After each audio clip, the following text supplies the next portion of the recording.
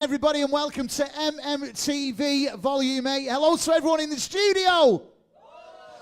If you are watching at home, thank you for joining us. This is the 8th version of MMTV. We are live from Marley Mancunia's studio, slap bang in the centre of Manchester. It is live, it is raw, it is rock and roll television. Please do share it as much as you possibly can on Facebook. Let's get as many people watching it as we possibly can. And obviously, as we are live, we are raw and we are Mancunian. You will expect a little bit of F in this and a little bit of F in that if you are watching at home. So, cracking on. We do apologise for starting late, but we do hope you enjoy the show. We have got a top show lined up for you today. Live, we've got a special collaboration with MC Tunes and Melanie Williams. The amazing, one of the most talked about bands in Manchester at the moment, Callow Youth are here. We're going to be talking to the one and only, the frontman of Manchester music generally, from the Inspiral Carpets and XS Manchester, Clint Boon. 2 times boxing world middleweight champion, Anthony Farnell is here. We're going to be talking to him about his life and his career. And now one of the most touring bands in the world. They are proper Mancunian heroes. They played on our very, very first MMTV. Liam and Ant from the Winachi tribe are going to be here. They're off to Italy next week. They're going to be telling you a little bit like that. Our very, very special life story today comes from an amazing man. I was talking to him before, Dominick Horton. He's going to be telling us his inspirational life story. But to start off the show, MMTV Volume 8, we are live from Manchester. Please share it as much as you possibly can. Will you please put your hands together and welcome Blanketman.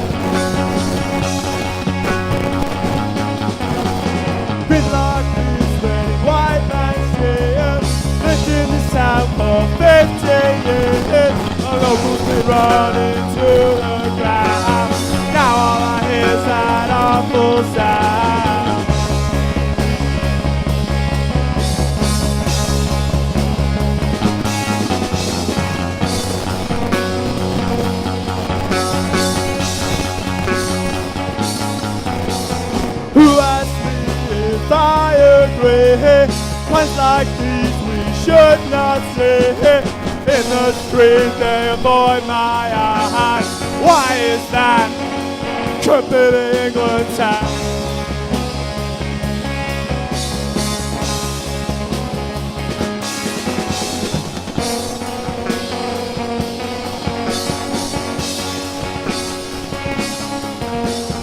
Brendan Street they both agree.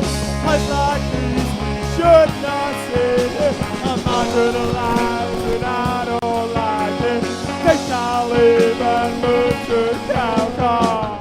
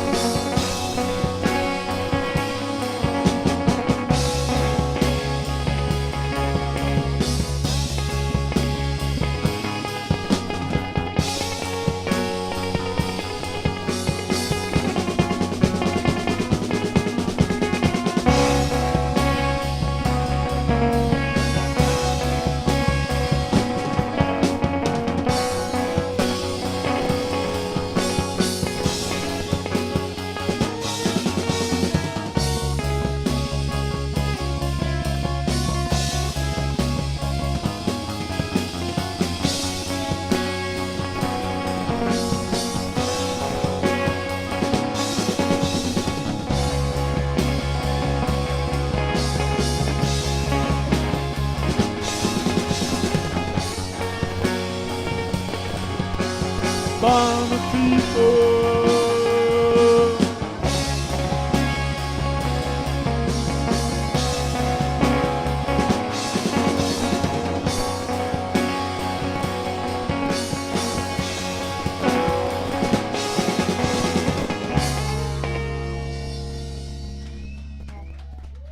Thank you. Thank you. Thank you.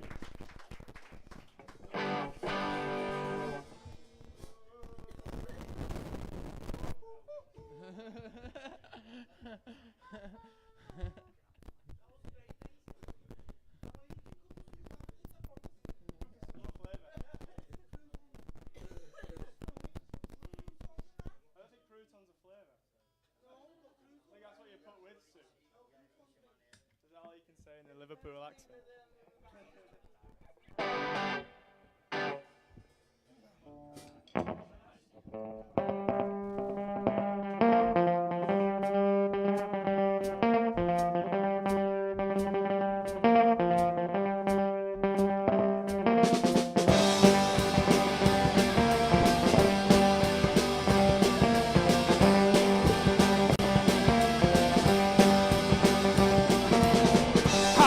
Your day, was it just fine? An office job, white shirt and tie, Tupperware box, your Monday socks, a 9 till 5. Been a hive, it's just the same old shit. And you're calling me, and I pray this can't be it. Oh, it's just the same old shit, and you won't even quit.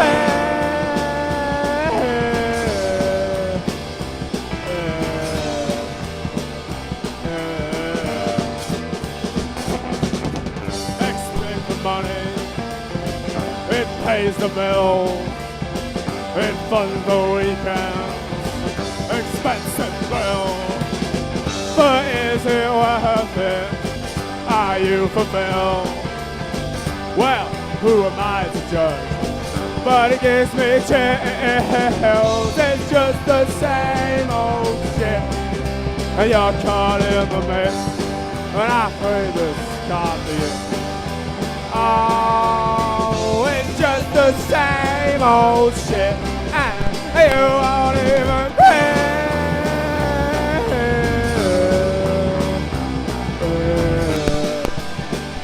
Here we go now.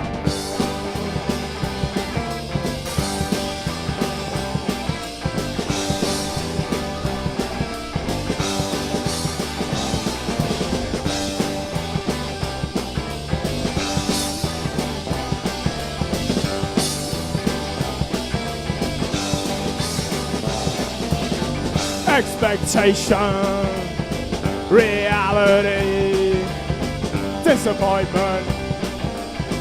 Let's like to see. But are you bothered now? You know full well. That's just my life, you see. I live in hell. It's just the same old shit. You're caught in the middle, and I pray this can't be it. Oh, it's just the same old shit, and you won't even quit.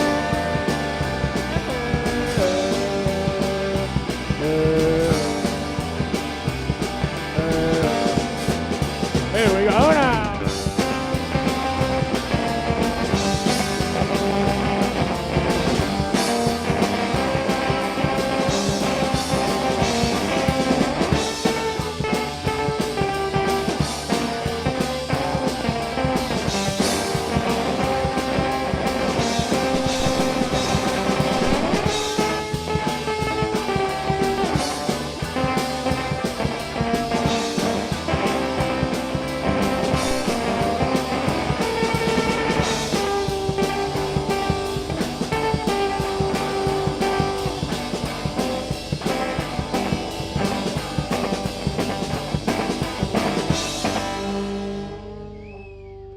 Thank you. We're Blanketman. Thank you very much for having us, MMTV. There we go, MMTV 8. Make some noise, please, for Blanketman. Come on. Thank you. Cheers, lads. And if you did enjoy that, if you're watching at home and you're thinking, I won't mind seeing them live, they are at the Pier Hat this Saturday night, yeah? Blanketman, everybody, once again. Make some noise. Thank you. Thank you. Thank you. Great way to start MMTV 8. So once again, if you are watching at home, thank you for joining us. We are live from Manchester, proper Mancunian rock and roll television. We've got some more live music on the way in a bit. The next guests I'd like to ask up to the stage are a band. They're the first band that ever played here when we did the first ever MMTV back in November. They are a great band. Will you please welcome from the Winachi tribe, Liam and Ann? Where are they?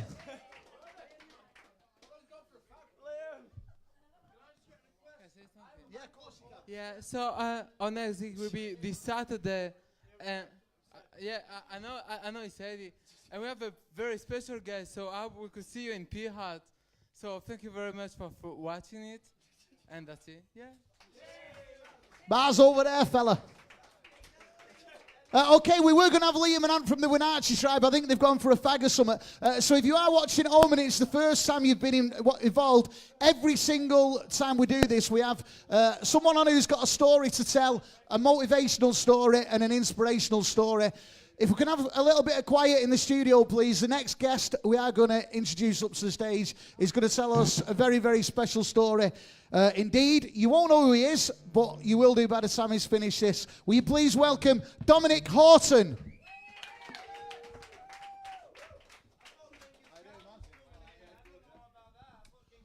Listen, thank you for coming down, taking the time out to join us. I'm not going to do too much talking now. Tell us and all the people watching at home a little bit about yourself and who you are. Okay. Yeah, so my name's Dominick Horton. I'm 21 years of age. And the reason I've come on today is just it's not to do with music, but it's hopefully just to try and inspire you, to give you some inspiration leaving here to go and take some action in your life. So the reason why I want to share my story is because I've had to overcome quite a lot of adversity. So on the 21st of December 2015, I was actually victim of an unprovoked assault and I was stabbed. And stabbings are constantly increasing across the UK at the moment. And I just want to try and help anybody else that might be in the similar situation to me. So I was in a coma for a week. I was on a life support machine on Christmas Day. So I've got a picture here for you that just to look at. So this was me actually on Christmas Day. If you want to come, yeah. Yeah, I was on morphine. That's right, morphine for weeks and weeks. I don't know if you can. Okay, cool. Okay, cool. So yeah, you guys can't see it, but so I was in a hospital for 6 weeks. I had to learn to walk again. I had nurses washing me, and I just lost all my dignity. But but yeah, the reason why I've come on today, anyway, is because I didn't actually realize that this was going to be solely to music, but I just want to, if I can even just inspire one person on here today sharing my story, then that's me, done my job. So basically, I kind of was hanging around with the wrong crowd. I kind of a bit lost in life. I didn't really have any meaning. I didn't really know where I was going. I had no passions. I had no desires. And that's why I think this place is so amazing, because these musicians, you can see that they're so passionate about what they do. Music is flowing through their body, through their veins, and this is what speaking is for me. When I'm on stage and I've got a microphone and I'm talking to you guys, I'm not thinking about anything else. I've not got them concerns in my life, and I'm sure that's why you guys come here. When you're listening to that music and it's going into your mind, you're not concerned with anything else that's going on outside. So I want to try and help you guys to find your passion, like find your thing that turns you on like that, where you can get lost in a moment. So when I came out of hospital, I had an open wound on my stomach. I had another photo, but you guys aren't going to be able to see it. So it was actually quite gruesome, to be honest. They can see it at home. Okay, yeah, you guys at home can see it, but sorry for the guys in the audience who can't. It doesn't quite capture the story very well. But basically, I just want you guys to know that no matter what you're going through in your life, like no matter what adversity you're going through, you can overcome it. You can be whoever that you want to be in life. There's nobody who can tell you what you can and cannot achieve. Sometimes we're very concerned about what people think about us. The opinions of other people tend to sometimes hold us back, and we have fears. and we don't actually chase our dreams, our true passion, our true potential. I just want to leave you with something today that has stuck with me for a long time. Someone asked me a question once, and they said, if time and money wasn't an issue, if you had all the money you ever wanted and you never had to worry about time, what would you do with your days? And when someone asked me that, I really sat and thought, and I realized that like 99% of the decisions that I make in life are based around money. But if I could make any decision in my life that didn't involve money, I genuinely wouldn't make half the decisions I make now. So I just kind of want to ask you guys, like, what is that thing that if you got to wake up tomorrow and you had all the money in the world, what would you actually do with your days? Like, what would you enjoy getting to go and do? What would you wake up and feel happy about going to do? So that's one thing I've been thinking about a lot more recently, and I've kind of come to understand that my day, when I'm happiest, is when I'm seeing other people happy. Like making other people happy, giving and contributing. Sometimes we're so like consumed in what we want to take. Like we need to take this, we need to get, we need this. But I think you are happiest in your life when you're actually giving. Like these musicians today, they're giving their time to give you entertainment. And they enjoy that the most. When they can see that you guys are enjoying their music, that's when they feel the most fulfilled. So try and have a think about in your life, what is it that you can do that when you feel most fulfilled, when you feel like one with yourself? What is that one thing that really turns you on, that really gets you excited, that you really love to do, and you could do for hours and hours on end without getting bored or without losing focus? I don't want to go too deep tonight, so I just want. Can you just ask me some questions if you want? Yeah. Cool. One thing I was thinking before, the first time I've ever met you today was in the dressing room, and you are without a doubt an inspirational man. 4 years ago when that happened, you could have took the path of going into hibernation, you could have took alcohol or substance abuse, and what you've decided to do is turn it round and tell other people your stories and become almost a little bit of a life coach in some way. What made you make that decision instead of following one of the wrong routes to do this? Great question. And the answer to that is helping other people learn from my mistakes. So for today, I've been in a school all day, and I've been doing workshops with children, and I've been getting them to picture their future self. So we had a little task today, and it was, if you could be anybody that you want to be in 5 years, write down who you want to be, what you want to be doing, who you want to be with, and where you want to be. And I promise you, in that classroom, none of the children could answer any of the questions. They said they wanted to be rich, have a nice car, have a nice house, and have nice clothes. Literally 90% of the children said that all day. And it really upset me because that's our society. That's the way our society is going at the moment. Nobody wants to do anything meaningful. Nobody wants to do anything fulfilling, but instead they just want to have nice clothes and be rich. And when I started asking people, why do you want to be rich? They said, because then I'll be happy. Like, how upsetting is that, guys? That people will be happy when they get money. But that's not true, because even when you accumulate all the money that you want, you still won't be truly happy and fulfilled because you're not doing anything meaningful. So the reason why I've wanted to share my pain, my mistakes, my suffering is so that I can hopefully inspire other people to understand what it is that they want to pursue. I'm happiest when I'm helping other people. What is it that you're happiest doing? What is it that you can get lost in a moment?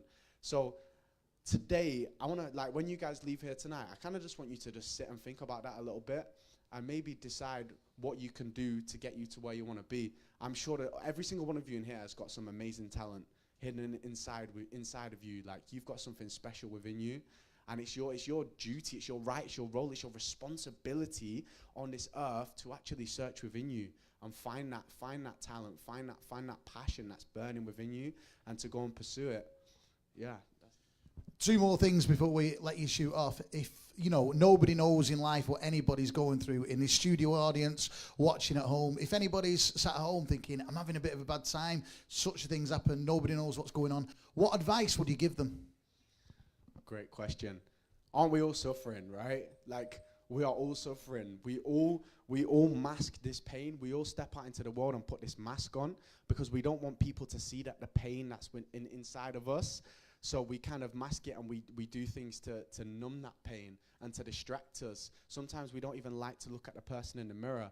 But if you are going through that, maybe it's because you know that you're not living up to your full potential. Maybe it's because you know that there's so much more in you that you can be giving to other people, or that you can be doing for yourself. So I think it starts with figuring out what it is. What is that thing that you can do? But also a huge thing is actually gratitude.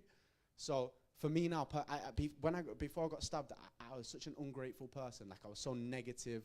I never truly appreciated what I had. I took everything for granted. But lying on my deathbed in a coma on Christmas Day, not being able to wake up, not being able to walk, it made me, when I did awake, it made me appreciate the smaller things in life. So my advice would be just to be grateful for everything in your life. Be grateful for the food that you get to eat and the clean drinking water. Be grateful that you get to wake up and go and have a hot shower. Like, there's so many people in this world that don't have that privilege. So I think if you're in that horrible situation, find what it is that will make you happy and fulfilled, but also appreciate the things that you do have in your life right now. The hour we do this every other week, it is a lot of MMTV. It's a lot about music and sport, but we do like to touch on real life stuff, inspirational stuff. If anybody in this audience or is watching at home thinking, he is one hell of a fella, I'd like to talk to him myself and get some inspiration off him. Is there any way people can get in touch with you and just say, can I have a chat? Yeah, it's on LinkedIn, Facebook. I'm not advertising at the moment on websites or anything like that. It's just kind of one-to-one, just helping people. But I don't charge people. I just really want to help. I just want to see people make improvements. And I understand tonight this is about music. You guys haven't come here to hear me try and preach to you, and that's not... But honestly, I didn't come here today to try and make you feel bad about yourself. I came here today to try and like bring back that spark within you. Like, I know personally when I was kind of lost and I was taking drugs and I didn't love myself. I want you all to just leave today and I love the person that looks back at you in the mirror, because honestly, every single one of you in here today are so special.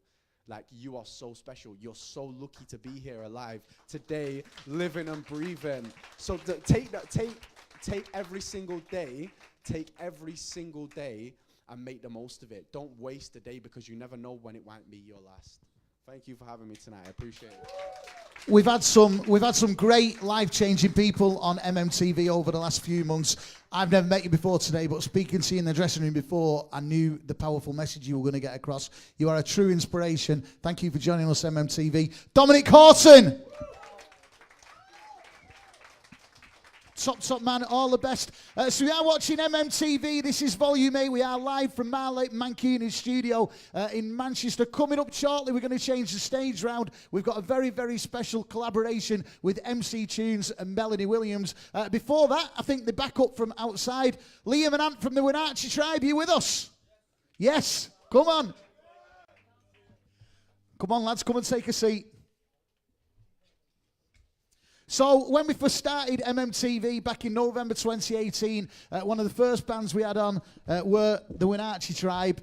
It's hard to keep track of these lads because they're all over the show week in and week out. We didn't get a chance to talk to you much last time you was here, actually. So it's great that you can come and have a chat with us today. First of all, talk us through 2018. What happened? You had a really, really busy year. What went on? We'll have to stop meeting like this, Dave, won't we? You know what I mean? We keep meeting. We don't see each other for about 2 years, and it's all the time. These lads were on Revolution on Sunday. So 2018, talk us through what you got up to. It's just a mad year. We started in America in February, and yeah, we was just on the road all year. Do you know what I mean? And then September went back over to LA with the Charlatans. Again, was touring out there. Come back. We ended the year with Soul to Soul, Preston, Guildhall, and then yeah, just a mad year, mate. You know, we're happy to be alive, to be honest. Like, not in the funny farm, but it was a fucking ace year, mate. Isn't it, Anton? Good to be breathing after last year. I'll tell you what, most times when I'm looking to speak to bands and stuff and I say, where are you playing next and all that, it's normally like, oh, we're in Manchester, we're in Leeds, Sheffield. Every time I speak to you lads, it's like we're off to New York, we're off to Las Vegas. Next week, you're off to do a collaboration with an Italian fashion company. Yeah. You're off to, look at that, he's on it already. They're off to Italy next week. Tell us a little about what you're doing in Italy next week, Ant.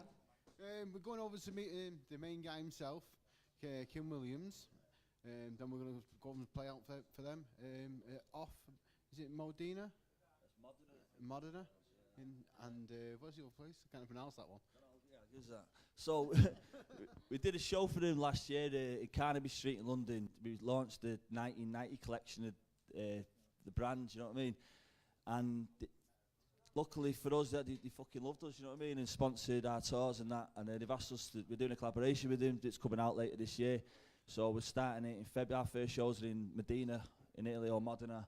And the collaboration stuff will sort of reveal more as the year's going on. But yeah, it's fucking alright. It's really mad. We had Alias Kid on a couple of weeks ago. Now we was talking about this on Sunday. It's like, obviously you lads like Alias Kid have a massive following in Manchester, but for some weird reason Alias Kid got this massive following in Russia. You lads have got a huge following in America. What are the audiences over there like compared to when you're back home in Manchester and Warrington? I don't know. I mean, it's just fucking great, isn't it? You go down the other side of the world and people are singing your songs back to you, like. But it could be worse places, you know what I mean? It's fucking there or Warrington. Not wrong with Warrington. A bit closer to home, you've got a very special gig on 23rd of February, which is only about 2 weeks away. It's at the Alphabet Brewery. If you've not been to the Alphabet Brewery yet, it's a great venue, and you need to get to this. It's a charity gig raising money for musicians against homelessness. That is a charity that a lot of bands are getting behind at the moment. Why do you support that charity? No one should be on the street in 2019, Dave, you know what I mean? It's fucking bullshit. And but since 2016, we've been supporting it. And we just, you know, we happy to be back in Manchester doing a show. Last time we played Manchester properly was in here, in the midst of the summer, and it was chaos. And just buzzing to be back, you know, 23rd of Feb, Alphabet Brewery. We've got a top lineup, Silverfinger sings on with us, our kid, SWJ band, Pagans from, I think from Birmingham, them lads. So it's going to be a top night back in MCR. Come on! It's a brilliant lineup. If you're watching at home or you're in the studio and you fancy it, there are limited tickets available on Skiddle. And like I say, it is for a great cause and it is an unbelievable lineup. People go into that gig. It's a special gig. It's a charity gig. What can they expect on the night? It's just going to be fucking proper Manchester show, innit? Do you know what I mean? We'd like to give people an aneurysm when we're playing live, so otherwise you're not doing your job properly. So it's just going to be a top night. It's like end of Feb and it's sneaking into spring, like, so it's getting the year started as well. Do you know what, right? We were just joking before. I seem to bump into, don't see you for a couple of years and see you all the time and stuff. You've got loads coming up. You've got the Alphabet Brewery gig. You've got the stuff in Italy going on. You've got all sorts coming up. For people that are watching, big fans doing Archie Tribe, what are the plans for the future? Can we see any new music and can we see any gigs coming up? Yeah, well, we're going to be announced once we get back from Italy. We've got the Manchester gig. We're headlining the last Saturday of One Festival in Warrington, and then we're announcing all festivals and more dates in the US in May. So, and new music, yeah, there'll be some fucking new music. Like, it's turned into Chinese Democracy, our album. Like, it's still about 10 years to make, but it's coming. Oh, well, listen, it's brilliant. It's great to have you back. And if you do fancy seeing the lads, you can either go to Italy or a bit closer to home. They are at the Alphabet Brewery on Saturday, the 23rd of February. Will you please make some noise, MMTV, for two top men from a top band, Liam and Ant from the Winachi Tribe. Cheers, boys. Cheers, Ant. Okay, we are going to have a little bit more live music now on MMTV. It is MMTV Volume 8. We are live from Marley Mancuni at a studio. If you are watching at home, once again, please do share it. Let's get everyone watching. What we have got now is a very, very special collaboration. Will you please welcome up onto the stage two absolute Manchester music legends, Melanie Williams and the one and only friend of ours, MC Tunes.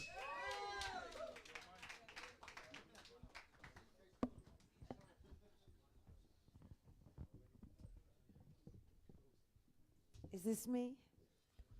This is you, Mel. This is me. Hey, Tunes. Yeah, can I get Hey, some line up everybody. on this? Just a little bit more. Hello, everybody. My name's Melanie Williams. Hiya. Hi. Is that Clint out there?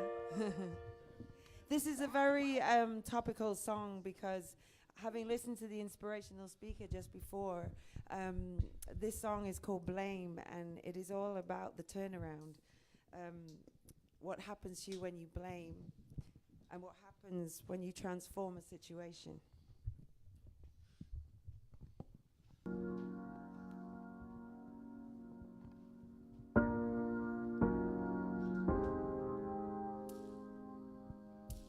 I blame you and you blame me. A seesaw, a back and forth where nobody is free. The cycle of revenge, retribution never ends.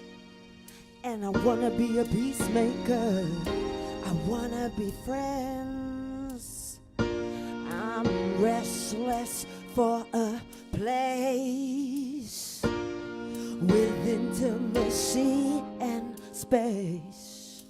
Though there be a world of choice, in my head one sure voice. I'm seeking inspiration, looking out for truths,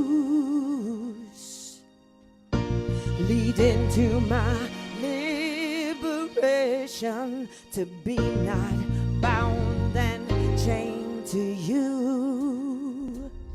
You are the craving of my mother's breast, security of arms in which I used to rest. You are the reminder of my father's rage, and the door to freedom of the bars of a cage. You are the mirror of my dysfunction and the pathway to and from loving. Touch upon my deepest fears to overcome. Is that why we're here? People, are you feeling good? Reaching I can't hear you. Are you feeling good? higher. Afraid I might fall and always searching for the deeper meaning of life, life, life, life, life, life.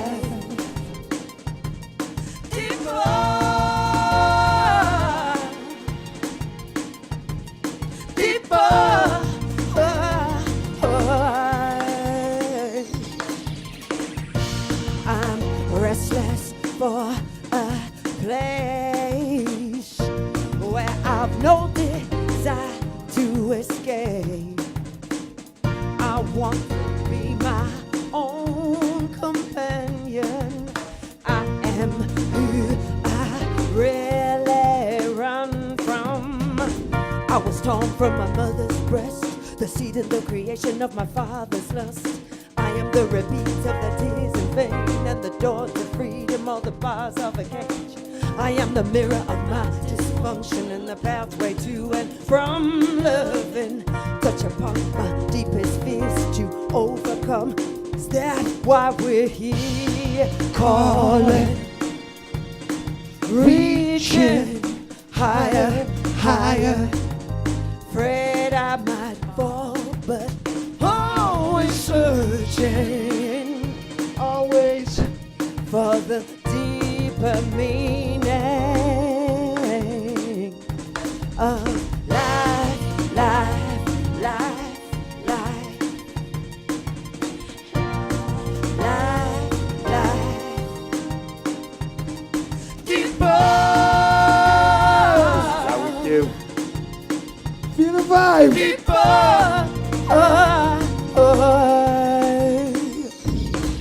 deeper. Here we go. Sing to me. Tell me.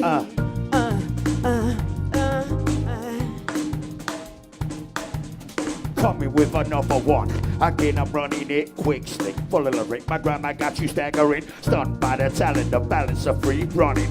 Pick up my Islamic, goddammit, I keep coming. I never stammer. I've got the stamina, fly when I travel, cause I'm a time traveler. Words I turn to form projectiles. See me glisten, reflect the sunshine. Introspective, watch me sketching. Inside your mind, I vocalize the message. Create these themes and landscapes. Transform, translate, and reshape into a vision. I make you visualize. Behind the microphone, I make the magic come alive. And that's how we do. If I blame you and you blame me, a seesaw, a back and forth where nobody is free.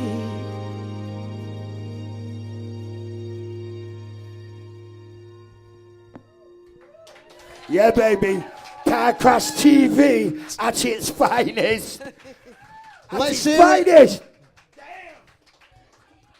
Come on, get off. MC Tunes, everybody. And Melanie Williams, let's hear it. Make some noise. This is MMTV. Melanie, thank you for joining us. It's absolutely brilliant to see you. Now, first of all... Thank you for having me. First of all, I dare say you can't go anywhere without anyone mentioning that song, Sub, Ain't No Love, Ain't No Use. How does it feel that people still, all these years after, it's still heard in every club across the country, you know, it's still as relevant as it was back then? Did you expect it to be that big, that hit, when you had it back in the day? No, not at all. I mean, it was one of those magical moments that can happen in music where you just don't know what can happen. I mean, I was just with Jimmy, they're about to go out again. And this song was born, and I was privileged to be a part of it. When that song came out, how much did your life change when all of a sudden you'd gone from a singer with a lot of respect around the area to being this massive, you know, superstar at the time and had this huge hit with Sub? How much did your life change then? Well, it does. It was a massive door opener, but I made a pact with myself that no matter how many times I had to sing it, I would always be grateful. You know, we were talking about gratitude before. I swore that I'd never complain about how many times I sang, because it has done me so... In fact, the whole club world has done me proud, you know. I will never, ever complain about remixes, and a lot of singers were moaning about their music being bastardized, but it actually introduced me to a whole new world, and it kept me going. It fed me. A lot of them dance tunes, you know, are massive for a few years, but that one really has stood the test of time. The best part is you didn't stop then. You've continued making music. You're still making amazing music like we've just heard today. You know, where does the inspiration come from now for music? Well, if anything, I mean, you know, it's the pain of youth is quite a challenge. I know he was talking about it before. I'm quite grateful to have transcended some of the insecurities of being, you know, in my 20s. So life is the inspiration. What I'm experiencing, because I don't feel qualified really to write about something I'm not experiencing. That it doesn't have the same feeling, and I don't feel that I have a right to maybe discuss things that I mean, it's nice to paint pictures sometimes, but basically it's quite egocentric from my own experience. It's very, very much real life. It's brilliant to have you looking and sounding as great as you've absolutely ever done. We've just heard a great new tune you did there, you know, with MC Tunes, the collaboration. Ronnie Size, and Ronnie Size as well? Yeah, it was written with Ronnie Size, and then and then my husband Joe Roberts over there, who was on keyboards of Lover fame, and MC Tunes has come on and added his magnificent flavour. As he does. As he does. Energy.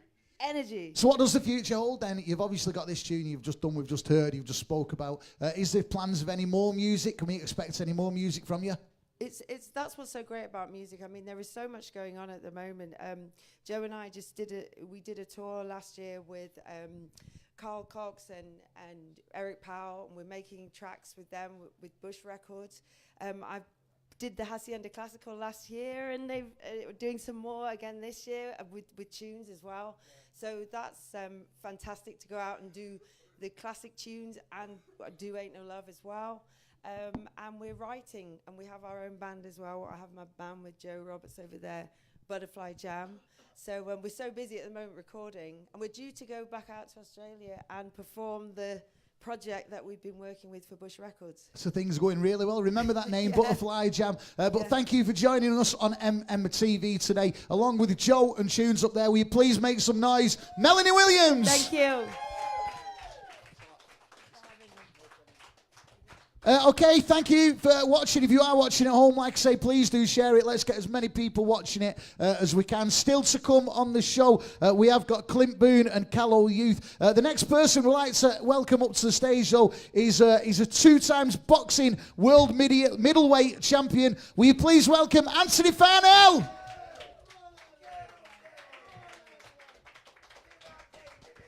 So this is the part of the show we always welcome a sports person up. Thank you so much for joining us. Come and take a seat, pal. Sit down. It's nice up here, isn't it? Pillows, settees, everything going on. Listen, thank you for joining us on MMTV. First of all, over the years, you got a nickname, the Woodhouse Warrior. Where did that start and where did that come from? Well, it wasn't the Woodhouse Warrior.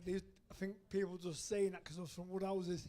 But at first I was from Monsell, and Pat Barrett gave me the name. Pat Barrett from Manchester, farm boxer. It was in my second pro fight. I got knocked down. I got back up and I knocked the kid out. I stopped him in the third round, and then Pat Barrett started calling me, "Oh, you're a warrior," and then he just went on from there, really. You grew up, am I right in thinking you grew up in Failsworth and around that area? And no. You grew up, obviously you grew up around Manchester. As a kid, what got you into boxing though? You know, what was your first experience of boxing, and what made you decide that path? Well, what it was is, my family lived in Monsell, then we moved to Moston, then we moved to Failsworth, mum and dad. I've always loved like fighting, whether it's on the street, in the ring, whatever it was. When I was small, that was. And one day in school, was in St Matthew's School in Moston, and a few mates said, "Should we go to the gym, the boxing gym down the road tomorrow?" So I was the only one that brought my kit, not to go down. No one else brought theirs, and I walked down on my own, went in the gym, close to Moston, and I was hooked. From that day on, it was the gym. I left school. I didn't even do my exams. I was left school earlier. And it was boxing. I knew that's what I wanted to be, even after the first day. One thing I want to pick up on, you just said there then that obviously growing up you just loved fighting, whether it be in the street or whatever. If you hadn't found the boxing ring and the gym and all that kind of stuff, do you think your life could have took a very, very different path if all you thought about was fighting in the streets or whatever? No, because I never thought that. It was just when I had a fight, I enjoyed it. I never thought, I was never a bully or a cheeky lad, nothing like that. It was, and I've got a good family who wouldn't have let me go on the wrong track. So I was too afraid of going home and get a bollock from my dad rather than anybody else. So I wouldn't have been a bad lad on the streets that way. I would have always been. I was brought up to be respectful and stuff. So even though I chose that, I did like a fight on the street or in the ring, whatever it was, I was always respectful. I've never ever started a fight in my life, but I always finished it. That was obviously proven when you became professional. During your career, you held 2 world middleweight titles between 2002 and 2004. At that point, you'd gone from being a professional boxer that everyone went watching and stuff like that to being a world champion twice on the trot for 2 years. What was life like then? It wasn't no different to me. It was I know I won them 2 titles, but it wasn't no different from any other fight. It was my one fight wasn't as big as the other fight. It was, if I lost that fight, even if it was my second fight or whatever, I went 26 unbeaten, the first 26 or 25. And whatever it was, if I lost my second one, my third one, my 20th one, it would have hurt as much. So it didn't matter what title it was, what it was. What it was with me as well is I had such a big following from Monsell, Collyhurst, Miles Platin, like thousands who used to come and watch me, and it was great, but it was pressure as well. And I felt, no, I've got to do it for them as well as me, and that was hard. I never say I wish I wouldn't have had that following, but sometimes you think back and you think, yeah, I wouldn't have been that nervous. No, I wasn't nervous for myself fighting. I was nervous to lose and letting people down. So. You just said then up to becoming the world champion twice, you know, you had a great professional career. The first 20 odd you won. Are any of them fights, which one of them fights stands out for you? Is there any point during them matches that, you know, them fights that stands out and you think, yeah, that was the one I remember? Yeah, there is. I got beat in the MEN arena against a lad called Wayne Alcock, and he outboxed me over 12 rounds. And Wayne Alcott made the first defence of his world title in Scotland against a guy called, in London, against a guy from Scotland called Lawrence Murphy. Lawrence Murphy knocked Wayne Alcott out in the first minute, I think it was, sparkled him. And then I got a phone call, will you fight Lawrence Murphy? And obviously Wayne Alcott's beat me. Lawrence Murphy's knocked Wayne Alcott out in the first round. But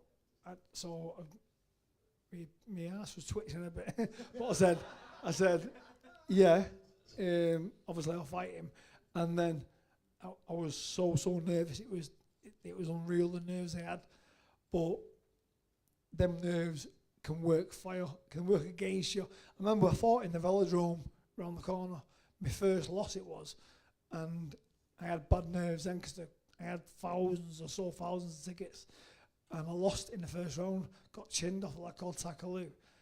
And the crowd there was unreal.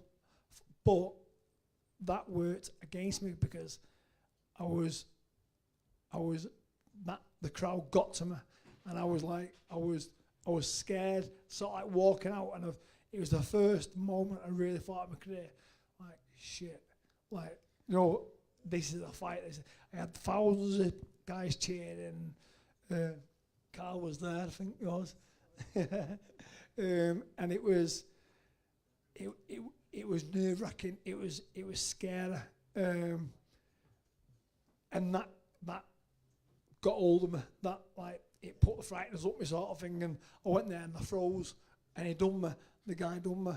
But if it don't kill you, it makes you stronger. And you learn, don't you? So you had this great career, you were winning loads of fights. Yeah, between 2002 and 2004, you were the world champion twice, right? And then in 2004, you make the decision to retire. Why was that? I didn't make the decision. I got told what I'd done is I had meningitis in my last fight. My last fight, I wasn't supposed to fight. It was Ricky and Joe Calzaghe, top of the bill at the arena in Manchester. But Joe Calzaghe was going through a kind of divorce with his ex-wife, and the promoters asked me to jump in, like any fighter would. Said, yeah. There was 9 days before the fight, but I was 18 pound overweight, so I had 8 days to lose 18 pound in weight, and I lost it. But I brought my body down. That I dehydrated myself and brought my body down so low you can catch any virus, anything. And I had viral meningitis, and the guy stopped me in the 10th round. And then, but with that, meningitis can take things from your brain. It can do anything. And I failed the brain scan after that. It was to do with my eyes. One of my eyes was bad, and anyway, I failed the scan. It's all from your brain. I was only 25 years old, so I had to retire when I was 25. Do you regret accepting that fight, or is it just one of them things in life? No, I don't regret nothing, because what I believe now is you've got to go through the hard times to reach the good times, and I've got, like, that was when I had to retire when I was 25, and I've not drunk alcohol for 13 years, but after that, when I had to retire, I was drinking between 10 and 12 pints every night and spirits for every single day for 10 months, and then going out in the pub and being a dickhead, causing trouble, hitting people and stuff, and that wasn't me. Anyway, my old man got hold of me, my dad got hold of me, my mum got hold of me, and Missy said she don't want to be with me no more if I carry on. Anyway, they got me to see a counsellor. I had to see a counsellor. The counsellor got me to see a psychiatrist. I was on antidepressants, and it was either that way or that way. And and obviously I've gone the better way, because I've got a son, and he could have learnt off me when I was a dickhead, but he's not. He's learnt off the better person. That's why I've stopped drinking, because I think I'm Rocky when I'm drinking, so I think I fight the world. So I kick that in the head. 13 years, I've not touched one drop. And like, cheers. Cheers. And life's good. That's it. Just listening to you there, obviously, like you say, and I think that's why I think the studio audience, a lot of them come a lot, will agree with me that what you're just saying, that's why it's so important. We do have people, you know, like the people from Mindsafe that tell us life stories. I think that's why it is so, so important. We do that on MMTV. You were just saying about your story then, you could have took two paths, you took the right one. You know, it's brilliant to see you sat here like you are telling us your story. Since then, you've gone on to open your own gym where, you know, you're changing kids' lives and, you know, you're teaching them about boxing. Why was it important that after you'd took that decision to go down the right path, you did this and you opened a gym and you decided to, you know, show kids the right things? It wasn't even, when I was boxing, it's an addiction. Boxing's an addiction. Like most things, these magicians, they'll be addicted to music, and it's something you love. And I always knew I was going to be a coach, a trainer, because I never wanted to leave boxing. I always wanted to be in boxing. And when I was boxing, I seen a place on Church Street in Newton Heath, and I thought that'll be a good boxing gym. Anyway, when I had to retire, I drove past it. It says, like, to let, for sale, whatever it was. Everything happens for a reason. Exactly, and that's what I've done that, and then I'm training pro boxers now. I've trained British champions, Commonwealth champions, European, world. I've trained a lot, so not yeah, all them, yeah. Tony Bellew and people like Frankie Gavin, but that's something. It's not a job. It's something I love doing. I like the people here, the singers, the musicians. I can't see them not enjoying that. You's not enjoying that. It's something they love, and if you can work and love it, you don't work. You know? True, innit? He's dead right. He's dead right. You're very obviously humble. When you look at your career, what you've had, which has been an amazing career, then you've gone to a low point. You're obviously very humble about it all. And, you know, you're teaching some of the best boxers in the world now. And not only that, you've got the kids coming through and stuff like that. If there's any kids watching this thinking like, yeah, I won't mind getting into boxing, what do I do? What advice would you give to anyone sat watching this who thinks, yeah, I'd like to do that? The advice I take is enjoy it. Go to a gym, but enjoy it. Don't put your heart and soul into it, because it's a very, very, very hard game. It's very, very hard. I'd never want my sons to do it, because it makes good. Boxing makes good people. You don't see a bad boxer or a bad sportsman really, you know, who puts his life on the line. You don't see a bad one really, no attitude and stuff. But it's too hard. You've got to want to do it. The game is a very, very hard. How can I put it, is, say someone said to like any man in here, whatever, right, I'm going to fight me and you outside on the street, 6 weeks time, we're having it, and it's some hard case. That's what a boxer's got to go through every night. When he goes to bed, you think, oh, in his 4 weeks till I fight this guy, and it's not nice.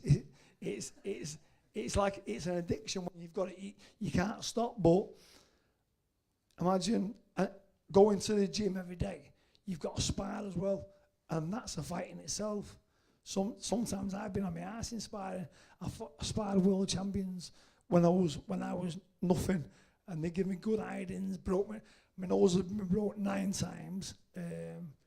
It's broken ribs a lot, and people don't see that who just watch on the telly. They look at people with a few quid or this.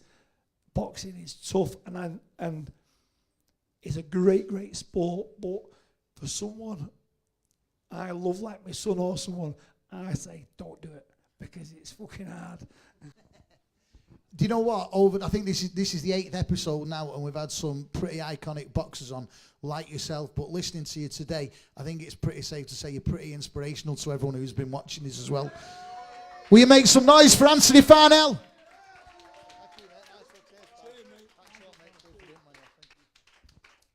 Brilliant, brilliant story. Okay, so we've got some more live music coming up in a bit from Callow Youth. You are watching MMTV live from Marley Mancunia Studios in Manchester. We've had our legendary sports person, which we have on the show all the time, and it is only right now we have a legendary musician as well. He is pretty much the frontman of the whole Manchester music scene. He is from the Inspiral Carpets. He is from Excess Manchester. Will you please welcome Clint Boon?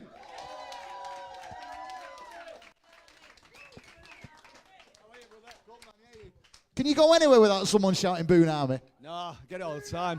Boon Army! Boon Army! Yes, come on. Over to you, Dave. Cheers, Clint. Sit down. First of all, before we go any further, right, you've been around the block a bit. What do you think of it all? What do you think of it? Well, this setup. I think at the moment, I think Manchester is on fire, and a lot of it is because of things going on like this. It reminds me of like back in the 80s when we started bands.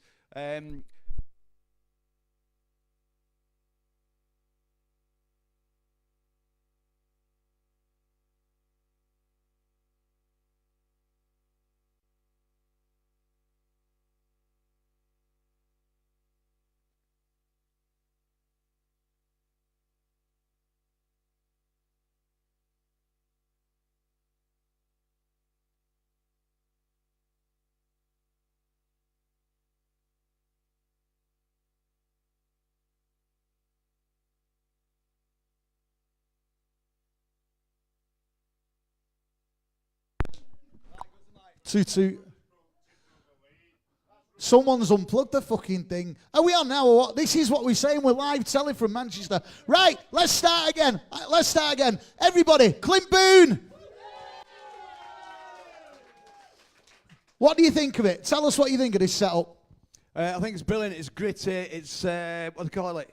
Grassroots, isn't it? It's where it all starts. It's great that we've got these beautiful venues like the Ritz and the Apollo and the Arena, but this is fucking special, isn't it?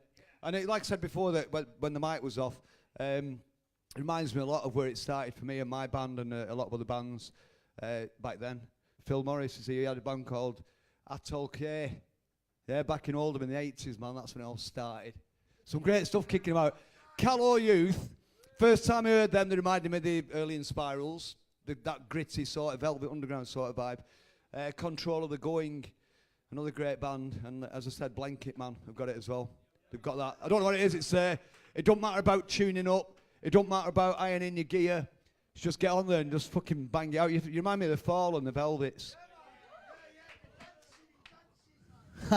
Right, now, I'll tell you what, right, now, in your career, not just as a musician, but as a presenter as well, and I've known you for the best part of 20 years now, and now you're lucky to meet loads of people, loads of legends, and ask them about their life stories. One thing I've noticed is not many people have ever actually spoke to you about your life story. Now, the Boon story would be a fucking good film or rock and roll book, wouldn't it? It would, wouldn't it?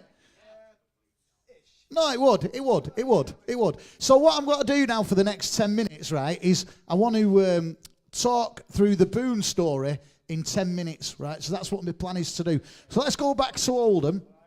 Back in Oldham, right? We're talking like the 60s and 70s. What was your first experience? There's no doubt about it. Everyone in this room, everyone watching, everyone that knows Clint Boon knows your passion for music. What was your first experience for music? My first memory of being excited by music was Elvis Presley. So I was born in 1959. So by 62, 63, 64, I was aware of music. And my earliest memories are not just seeing Elvis on the telly, but seeing my dad's reaction. I remember seeing my dad the first time he saw the Rolling Stones on telly. He was like, bloody hell, what's this, bloody hell. Just got, so just the effect it had on my parents really, but that was as far back as I can remember. There's always been music. And 50s rock and roll was my big passion for all the way through to the 70s, and then punk happened and that was it, bang, everything changed. I saw the Sex Pistols in Manchester, so not the gig that everybody says they were at, I wasn't at that one. But a few months after they came back to the Electric Circus in Collyhurst, and it was on the Anarchy tour. It's the Sex Pistols, the Clash, the Buzzcocks, Johnny Thunder's Heartbreakers, and it was £1.20 to get in December 7th, 1976, right?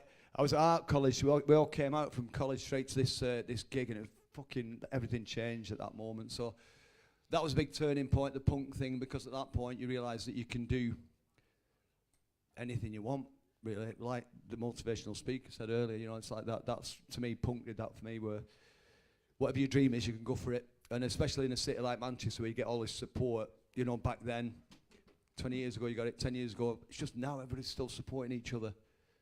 And it's, I never sensed any competition. I bet Tunes will agree with this, but back in the day when it was all the Manchester thing, and we were off doing our thing, and the Mondays were doing their thing, and the Roses and James, and it was just always camaraderie and support. We're all part of the same party, weren't we? And that was, I think that's just a real representation of the Manchester spirit, how, you know, we'll support each other and, you know, encourage each other. And you get it bands like, when Elbow were pretty big, and, oh no, it's Doves give Elbow a leg up, didn't they? And then Elbow got massive and they gave Doves a bit more of a leg up. And it's always like that. It's always, everybody, what can we do to help you? You know what I'm saying? I think like James were always a good band for that, getting people supporting and stuff like that as well. So we've gone through the 60s, you got into rock and roll, into the punk scene. Before you got into the band, obviously I know you did a little bit of DJing and stuff like that as a kid, you know, doing that kind of stuff. In a world full of guitars and drums and singers, you decided to play with your organ. What was the decision? Do you like that? Do you see what I did there? What was the decision to not go for a guitar, not go for a drums? What was the decision to, you know, to play the organ, the keyboard? It's an interesting story, because at first I tried with a guitar. When I saw punk, I thought, right, I'll get a guitar, 6 strings. Couldn't fucking do it, hurt my fingers. Tried a bass because there was a couple of strings less. Thought that was harder. I had a 6-string acoustic guitar. I took all the strings off apart from one. And I've still got the cassette tape at home of these songs that I wrote, 1977. You know, strumming away on this one. So anyway, long story short, I started getting whatever gear I could into my bedroom to make music on my own. And I was collecting like 8-track cartridge players out of cars, which is basically a predecessor of it's like a big cassette tape, but it's a loop of tape. It just went round this album and go round and start again. And I figured out with that you could make it into a small loop. You could cut the tape into like a 12-inch loop. And it was like making samples before samples existed. So it was all this experimental shit. My bedroom was brilliant, man. Pre-MIDI. Well, you know what? It leads very nicely to MIDI, because I was dicking about. I had these 8-track cartridge players out of a car, and to power it, I had a car battery under my bed. And my dad used to come in the morning like, I can smell battery acid. What's that fucking stink? And I'm like, it's not me, Dad. There's a car battery powering all these machines. Anyway, long story short, as he said, the MIDI thing arrived in 1982 or something. Somebody invented this musical instrument, digital interface, whatever it's called. What? Yeah, Atari. That was a bit. I got one of them. I've still got all mine in my cellar. I've got like 3 or 4 of them. Anyway, so basically, MIDI meant that somebody like me that was into making music, you could program all the machines to do whatever you want to do, and then when you press play, they'd all start rattling along together. So it's a big thing for me as a keyboard player. Well, I think that's where I got more into keyboards, because I thought keyboards is an easier way to make music than guitars. And you know what, I still can't play guitar, but I would love to, and I keep thinking if I get a bit more time, I'll have a go at it. But keyboards, it just means you can get away with murder, you know what I mean? Like the way I do it, I'm not fucking Elton John or out like that, but the beauty with the like synths and the, you know, decent keyboards, you can just go like that and you've got a fucking orchestra playing and a symphony and a beat and an arpeggiator and some vocals as well, just by doing that, you know what I mean? So that's what I've done. So you did all that, you went to art college, you were big in art, you know, you found the keyboards, the synths, the organ and that kind of stuff. Already by that point, you were already, you know, a big part of the Manchester music scene in the way, just the people you were knocking about with. I know at the time, in the early days, you were in bands with Manny and stuff like that. And then that's when the Inspiral Carpets got together. How did the 5 of you, or it was 4 then 5, how did you lads come together? And when you were already on that scene with Manny and all the lads like that, how did the Inspiral Carpets happen? That period where I had this mad bedroom thing going on, I'd also dropped out of art college to get a job so that I could have money in order to start working on putting a band together or whatever. I ended up working in Ashton-under-Lyne in a big furniture company, and there was loads of empty offices, and I took them over and made rehearsal rooms. This is 1983, 84. And bands started coming to me to rehearse and to record cheap demo tapes and stuff. And I used to charge £3 an hour to record a 4-track demo tape. But anyway, one night I got a call from this lad saying I've got a band from Oldham called the Spiral Carpets. We'd like to come and record a demo. And they came down. This is a 4-piece band, no keyboards, and they sounded a lot like Callow Youth, who you're about to hear.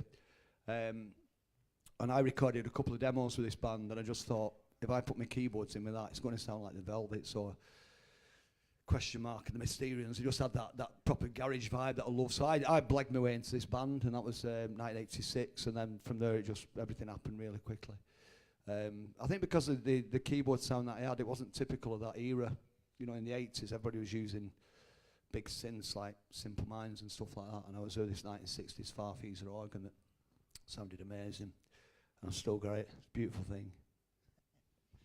So, we obviously, like I said, I'd love to do a full show where we tell the Boon story. We all know the Spiral Carpet story, and then obviously you decided to call it a day and take a break, and you formed the Clint Boon Experience. So let's move on to that chapter of your life. How important was it for you that after the Inspirals you formed another band? Was it because for the love of music, or was it a case of you just wanted to carry on doing what you were doing with the fans that you had? It was nothing to do with fans, really. It was just me wanting to keep making music. And with the Clint Boon Experience, it was a case of doing all the things that I couldn't do in the Inspirals, because we were a great garage pop band. But what the Clint Boon Experience became was this mad sort of cabaret band with an opera singer, Alfie Boe, who's not very famous. And we had brass, and we had all sorts of shit going on. Bo Walsh knows well, he drummed with us for a little bit. He's actually the best drummer in Manchester, this fella. Yeah. You know what I mean? He fucking is, and he always has been. Sorry, if there's any other drummers around, watch Bo Walsh, he'll teach you. So yeah, but Clint Boon Experience, we did all right. We did a couple of albums, got on TFI Friday, the same night that Iggy Pop was on, which was a bit of a highlight for me. And then that disbanded after we had a really bad motorway accident, and that put the band. There was that much trauma within the band that we couldn't travel again. Just stopped the way we had to work, so we knocked the band on the head. But it was a great band. It's fucking bonkers, though. Have a look at it on YouTube. Clint Boon Experience. And do you like it white with no sugar? Yeah, I still do. It was literally a song about having coffee when I was driving back my car. I like it white with no sugar when I drive on the highway. But a lot of people thought I was singing I like white, no sugar, which it wasn't. So obviously you've had the Inspirals, you've had the Clint Boon Experience, and then over the last, I'm going to say few years, but it's a long time now, you've become a radio presenter. You know, you've done stuff like you did Radio X, Revolution, BBC Radio Manchester. You're now on XS Manchester, which we all know, listen to every drive time. As well as that, obviously, I think before the radio thing, it's fair to say, you made your mark without a doubt as a nightclub DJ. How did you get into doing the nightclub DJ from being the band? Because I think, and I'm thinking out loud as I'm saying this now, everybody in every band decides to be a DJ and goes out and do DJ sets. If you're in a band, you go and do a DJ set. You were the first person to do that. How did that come about? This will shock some of you, this, right? I've now been DJing for 43 years. I started in 1975. When I was 15, me and my friends set up, two friends, we'd set up a mobile disco called the Horton Interchange Disco Roadshow. Shit name. But we were 15, what do you expect? And we started doing like little bars and weddings and things around Oldham. And I've never stopped DJing. So when people see me DJing in some little bar now, that I might be DJing to like 30 people in a shit bar in the back street of Manchester, and people say, what are you doing DJing? And it's like, what I've always fucking done. You know what I mean? I love playing records, and I love playing records on my own at home, but I love playing records in a room where I can see the effect it's having on people. So I've always been a DJ, and when the Inspirals took that break back in 95, it was the first thing I got back into doing more of. So yeah, I did it. I was DJing last night, DJing tomorrow night. You say you've done it for years, and you're talking about doing.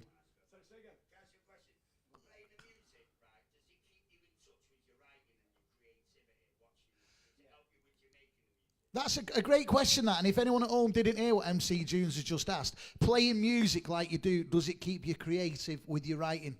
Absolutely.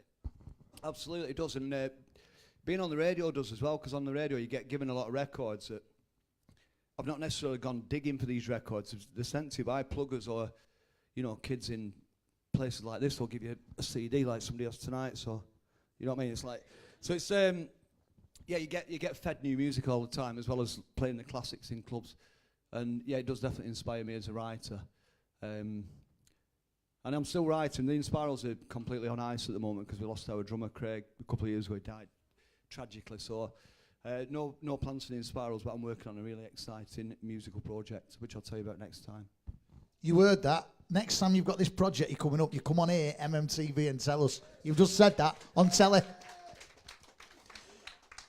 Like you say, you've continued with the DJing and stuff like that. I think you've got the longest residency, if not in Manchester, in the world now at South, which is still as absolutely massive as ever. Like I said, I've known you for a long time. You know, everything's going well with with XS Manchester, which you're on Monday to Friday and Saturday nights. Everything's going well, you know, with the DJing in clubs and stuff. When you look at the future for Clint Boon, what does the future for Clint Boon hold? Yeah. That's easy, I can do that, no problem. Well, this exciting project that I'm working on is a big thing, and it'll probably be the biggest thing I've ever done, and it'll be the biggest thing I've ever been associated with, hopefully. It's a film, it's a musical. No, that's it, that's all you're getting for tonight. And then elsewhere, what else am I doing? We've got an house full of fucking animals, so it's keeping all those in. You know what I'm doing when I get in tonight, when I get home now? I've got to put 4 rabbits and 2 guinea pigs to bed and a lizard. We've got our rabbits live in the garden, so I've got to do that. Tomorrow I've got to bury a goldfish. Poor little Cole, he died a few days ago. So yeah, but that's rock and roll, man. That's it starts in seedy little clubs like this. Next minute you're travelling the world with your band off your tits, and then before you know it, you're burying fucking goldfish and putting rabbits to bed. Enjoy it, kids.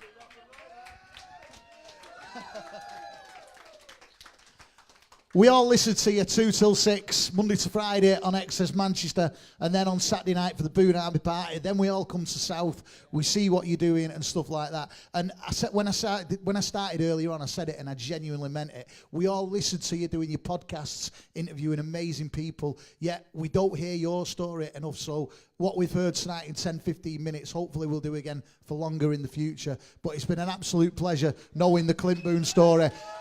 MMTV, Clint Boon. Boon Army.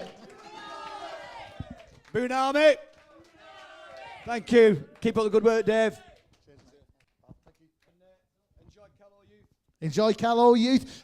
Let's hear it once again for Clint Boon. Thank you so much for joining us. If you are watching at home, this is MMTV. We are live from the centre of Manchester. We do it every fortnight. We have sports people, we have musicians, we have bands, we have people with inspirational stories. And like we've had Clint, you know what I mean? It's just a top thing. Tell all your friends about it. And if you have missed any of our shows, we have now got a YouTube channel, yeah? So whenever you get a chance, go on YouTube, MMTV Manchester. You'll be able to watch back all of the previous shows.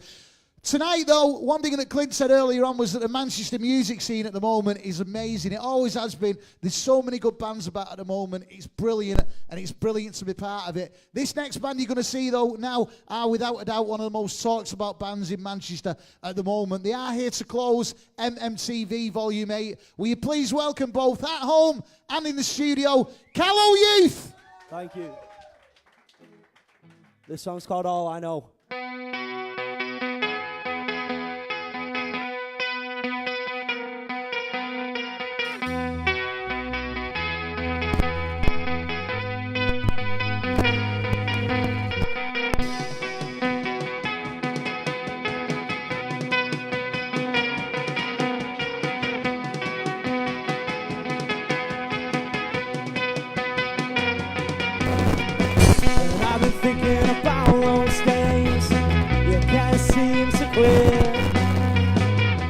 Stuck in the same old cycle, fucked around for 1 too many years. With your festival brain and your Coachella ways, the little voice inside your head, a feeling inside full of game. I feel it low, 'cause the lights at all. On the day you come back, I sure to the city that never sleeps and finds a quiet time. It's time to concentrate when You're forever on my mind. I feel it low. There's a light to know. On the day you come back, I show. All I know is all I breathe. Is this feeling can't disbelieve? All I know is all I see. Is this feeling coming back to me?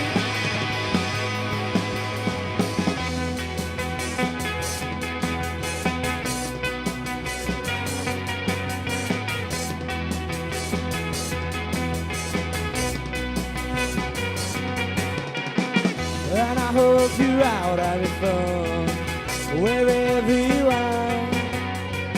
But I can stick my coat on and come see you go. You're not that far.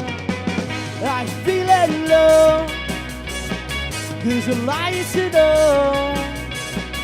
On the day you come back, I sure.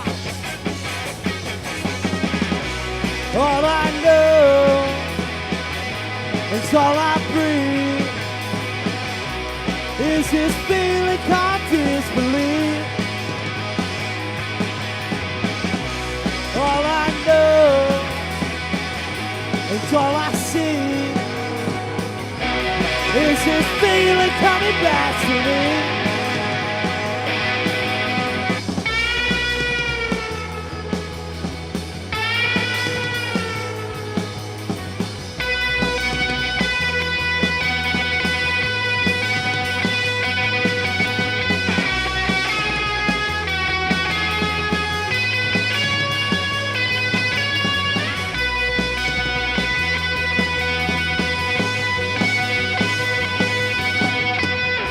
It's all I know, it's all I breathe. Is this feeling can't disbelieve? It's all I know, it's all I see. Is this feeling coming back to me? All I know, all I breathe. Is this feeling can't disbelieve? All I know is all I see. Is this feeling coming back to me? Turning, turning, turning, turning. Thank you very much.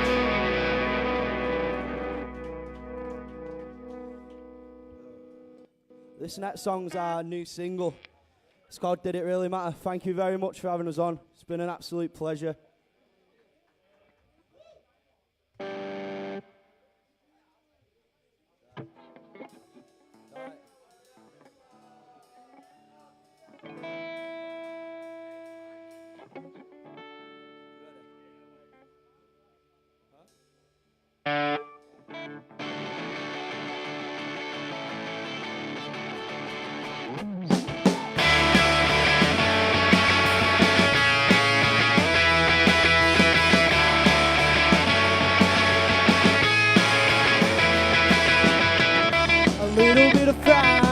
Only try to understand.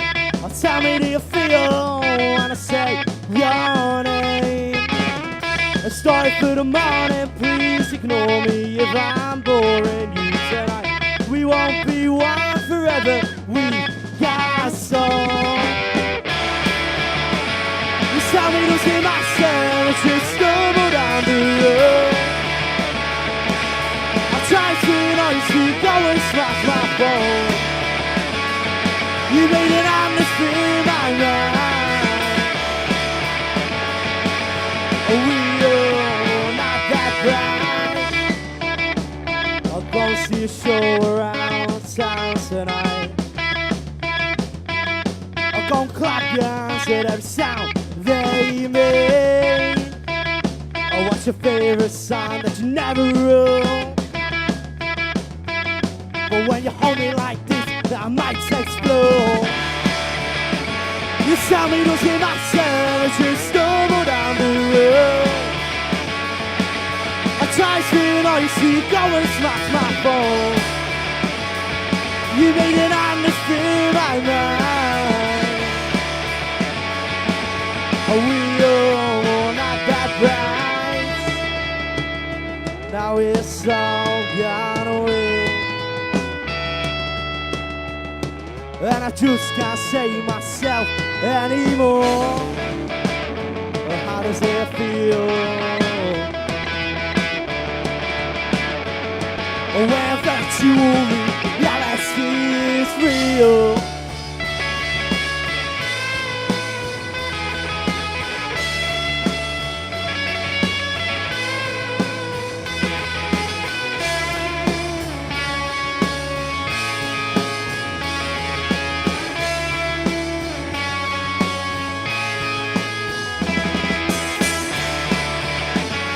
Tell me to see myself and just stumble down the road.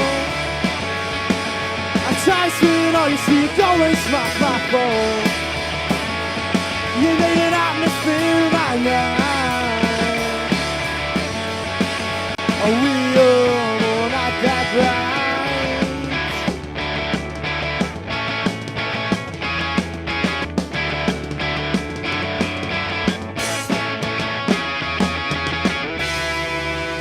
Thank you very much. Cheers. There we go. Let's hear it for Callow Youth. Come on. Thank you. Nice one, lads. Cheers. Thank you so much. Okay, you have been watching MMTV Volume 8. Thank you so much to everyone in the studio audience and to everyone who's been watching at home. Please do share it. Make sure you follow us on YouTube and all of the social media sites to find out when the next one is. Before we close the show tonight, though, can we say a massive, massive thank you, first of all, to the band who opened the night, Blanketman. Thank you for an amazing collaboration to absolute Manchester music legends, MC Tunes and Melanie Williams. There he is. Thank you to boxing legend Anthony Farnell. Thank you to Manchester music legend Clint Boon. And what about Dominick Horton? What a man. Let's hear it for Dominick Horton. Thank you. Also, of course, to Liam and Ant from the Winachi tribe. Don't forget, 23rd of February, they are at the Alphabet Brewery. A massive thank you as well to Ant and Nick, who put all this on together. Well done, Ant and Nick, yeah? Top men, top men. And also our sound and film crew. There's normally 3 of them. Tonight there's one of them, Jordan, who's done it by himself. Let's hear it for Jordan. Top man. Without him, you won't hear any of us. And a massive, massive thank you, though, to everyone who's been watching at home and everyone in the studio audience. Thank you so much for watching MMTV. Tell your friends, spread the word, and we'll see you back here next time. I've been Dave Sweetmore. Good night.